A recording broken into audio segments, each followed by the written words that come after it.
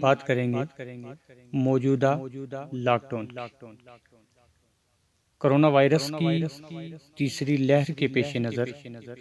انتظامیہ نے سخت اقدام اٹھاتے ہوئے لاک ڈاؤن کا نفاذ عمل میں لایا۔ اگرچہ یہ لاک ڈاؤن صرف ہفتہ کے 2 دن ہی لگایا جائے گا، سنیچروار اور اتوار کو۔ اس دن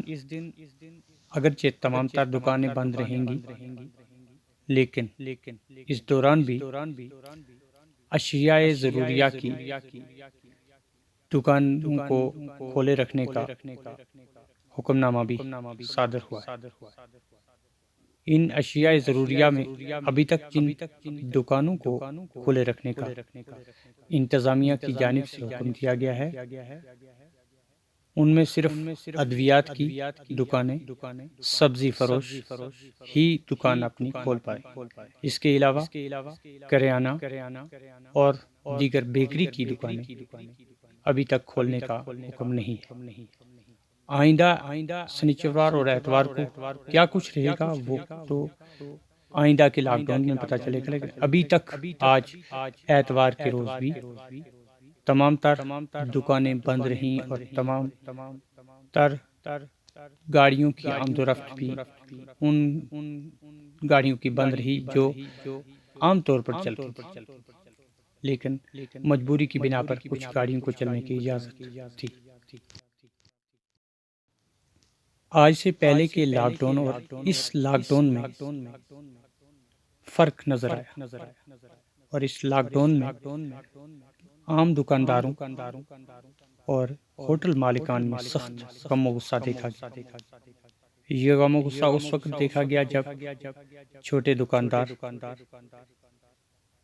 اور ہوٹل والے ریڑیاں اپنے لگا چکے تھے، ہوٹل والے تمام تر کھانا اپنا تیار کر چکے تھے، اور دکاندار بھی اپنے ملازم اپنی دکانوں پہ بلا چکے تھے۔ تو 1 بجے اس حکم نامے کو صادر کرنے کا انتظامیہ نے جو قدم اٹھایا، اس کی وجہ سے نچلے طبقہ کے دکانداروں میں سخت تشویش پائی۔ ان دکانداروں نے اپنے غم و غصہ کا اظہار کرتے ہوئے کہا کہ اگرچہ یہ لاک ڈاؤن ہم سب کے فائدے کے لیے ہے اور اس کا ہم خیر مقدم کرتے ہیں، اور انتظامیہ کی آج تک ہر کال پر ہم نے لبیک کہا ہے، لیکن اس لاک ڈاؤن میں انتظامیہ نے جو ایک دم سے اچانک قدم لیا ہے، یہ ایک افسوسناک ہے۔ اگر اس لاک ڈاؤن کو لگانا ہی تھا اور اس کا حکم نامہ بھی صادر ہو چکا تھا، تو اگلے روز ہی تمام دکانداروں کو بذریعہ اعلان، بذریعہ سوشل میڈیا بتا دیا جاتا کہ سنیچروار اور اتوار کو آپ کی دکانیں بند رہیں گی، اور آئندہ بھی یہ تمام اسی طریقے سے یہ سلسلہ جاری رہے گا۔ لیکن اس دن بتایا نہیں گیا، اور اچانک 1 بجے دکانیں بند کی، اور ہمارے تمام تک جو ہوٹلوں میں چاول، دال، سبزی اور اس کے علاوہ جو کچھ بھی لوازمات تیار کیے تھے، واضوان تیار کیے گئے تھے، وہ سب کے سب خراب ہوئے، وہ سب کے سب پھینکے، اور ہم غریب لوگ کس طریقے سے اپنے گزر بسر کریں۔ اور آج تک جو کچھ بھی ہم نے اس ایام میں کمایا تھا وہ سب برباد ہو گیا۔ انہوں نے تشویش کا اظہار کرتے ہوئے کہا کہ ان دکانوں کے کرایہ تک ہمیں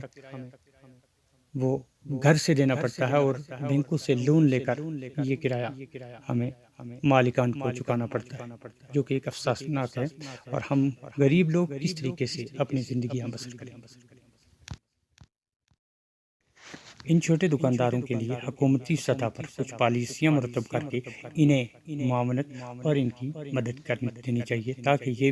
یہ لوگ بھی اپنے بال بچوں کے پیٹ پالنے کے ساتھ ساتھ قرضوں کے بوجھ سے نجات حاصل کر سکیں۔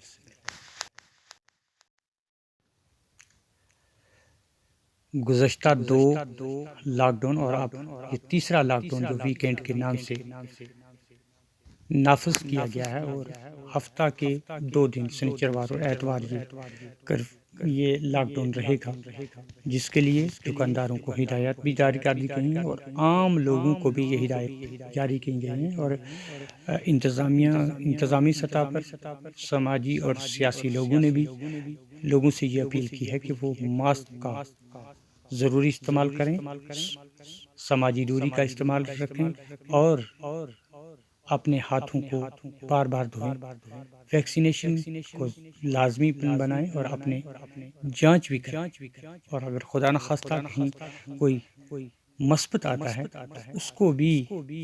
بہت احتیاط کے ساتھ آئسولیشن کریں تاکہ اس بیماری سے نجات حاصل کی جا سکے۔